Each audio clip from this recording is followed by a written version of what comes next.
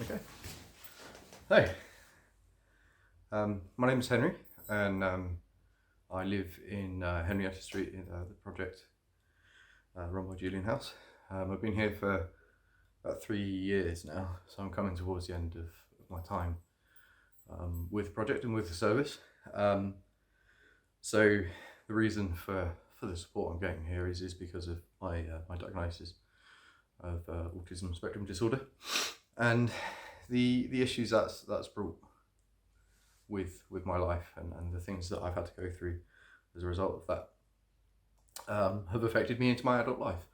Hence, the support that I need here. So a lot of this video and a lot of this month is about raising awareness for autism and what it is people truly need, and what attitudes need to be changed, and how we can start to move forward and embrace what has always been a fringe group, group outside the norm of society that has always had always been spoken for, but never necessarily been spoken to.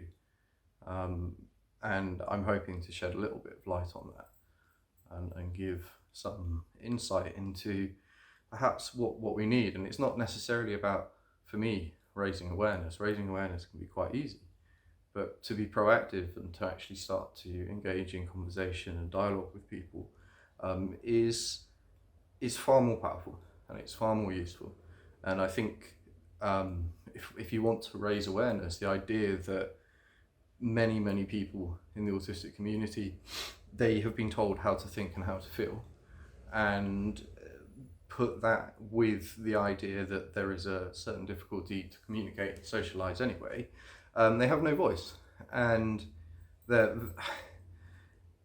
we say it's, they're oppressed, but they're certainly disempowered and not given the opportunity to actually talk. And fortunately enough, I can talk, so that certainly helps, and I've got some insight into it, and I think that we need to break away from this idea that because it's a neurological disorder, because it's technically a disability, that we can't be our own advocates, and that we can't communicate with the world, with professionals, and perhaps say, no, that's not the way it is. Now, there's a lot of misinformation around autism, and a lot of misunderstanding as to what it is and what people require, down to the point that my mum was asked if she felt bad for having me vaccine when I was a child, in the 90s, and that, my parents have had to live through that. I've had to live through that, where no one is really quite sure what's going on, and you're a bit of an enigma. So we live in this day and age where our voice is really suppressed by those same professionals and doctors who perhaps they can't be wrong. And for a group of people that are considered disabled, or to have some kind of learning developmental issue, to be articulate enough to communicate puts that diagnosis into question. So are you truly autistic if you can communicate? Well, yes, of course you are, but you may very well communicate in a different way, or you may have learned how to communicate in a way that outwardly appears correct, but inside it takes an awful lot of energy and an awful lot of capacity. And what you don't see behind the closed doors is the behaviour that throughout the day has been suppressed and pushed to one side, because that is what we know society wants to see. We do these things to benefit other people rather than ourselves, to stop other people feeling embarrassed or uncomfortable. And that, that's a huge injustice, that we should have to be less of ourselves in order to be more accepted in society. So if you can embrace those ideas that we are a bit of an enigma, but the one way to understand it and the one way to kind of decode it is to start communicating with us and to realize that the only thing we have in common is that we are completely different, vastly different in everything we experience. Um, yeah, you can never pin two traits of an autistic person and call them, autism, because they are so different in that person's mind. And I think that has always been quite a contentious point, because there's no definitive answer. And modern science and doctors and medicine, they want a definitive answer. They want to understand exactly why and how, and they can't provide that for us. And we live in a point where we aren't allowed to provide that for them either. We're not allowed to give them insight, because how possibly can we? We're disabled. We don't have that capacity to do so. So that's a battle that we're fighting at the moment. I won't go on for too much longer, but with regards to things like employment, that's the real key with this of allowing people with autism to start to integrate into the world. We need to work out, and we need to find a way of ensuring that employers can provide more than a week's worth of support during an induction, and continue that same level of support throughout that person's career with that company. And it may very well be difficult, but if someone needs to take a week off, allow them to take that week off and then come back. There's so much reliance on productivity and looking at how long this person hasn't been in the workplace, that it ends up making it worse for someone, because they feel obliged, and there's pressure to have to go back into an environment where they are surely going to struggle and fail. Whereas acknowledging that it may take a little bit longer for someone to recover from whatever may be going on in their life at that point, longer than the assigned sort of recommended amount of time that someone has, will benefit the organisation and that person. So often that support is taken away far too early, because seemingly that person is doing well and is actually getting on with the job, and that's because they're receiving the support. As soon as it starts to go, that's when things fall apart. And when that person then requests a bit of time off, it's seen as not feasible, not acceptable, because it may be 2 weeks, 3 weeks, and according to the stats, that person is no longer efficient, and it's costing the business or whatever money. So breaking away from that and seeing us as more than a statistic that might be damaging your your numbers, and seeing us as a person who will return on stronger form and quite capable, will be far more empowering and far more opening to people with autism and how we associate and integrate in society. So I've been asked to give a little bit of an explanation as to how the world can be processed particularly by me and my perspective of it.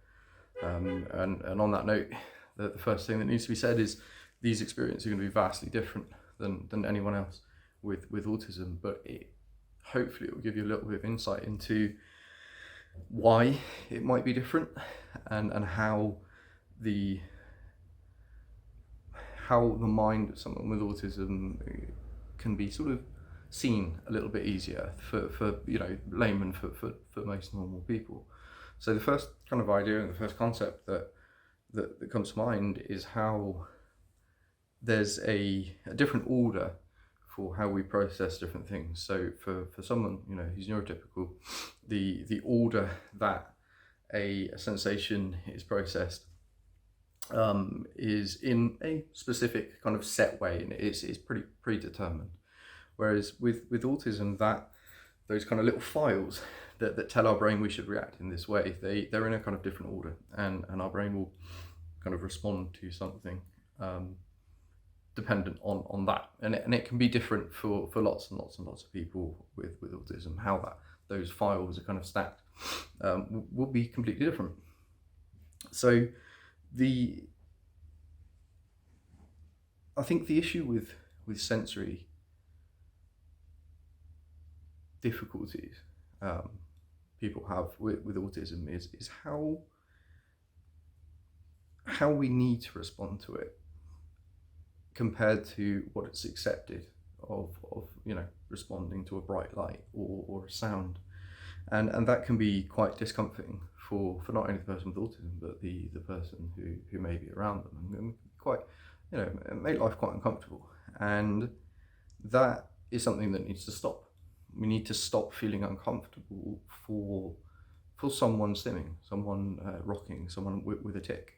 A lot of these things are actually done to make that person feel a little bit calmer and allow them to feel in that moment, in that environment.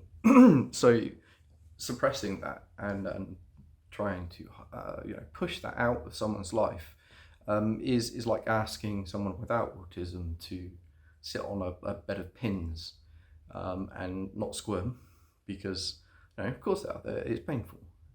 So if you can imagine an environment where you're in an office and it's 50 degrees too hot and the ground's shaking and the lights are flashing some awful purple colour in your eyes, and it's 1,000 decibels too loud, it wouldn't be long before you're hiding under the table and rocking backwards and forwards as well, because that environment is not it's hostile to your senses. It's hostile to what we know is survivable and how we can function in it. So when you see someone with autism going through those kind of things, that is a hostile environment they're in, and their body is having to react to it in a way that makes them feel in some way at ease and brings them back into the now and brings them back into the moment. So trying to suppress that will only ever make things worse. And it wouldn't take too long of you sitting under the table rocking backwards and forwards to become incredibly anxious and not want to work. So what support would you need at that point?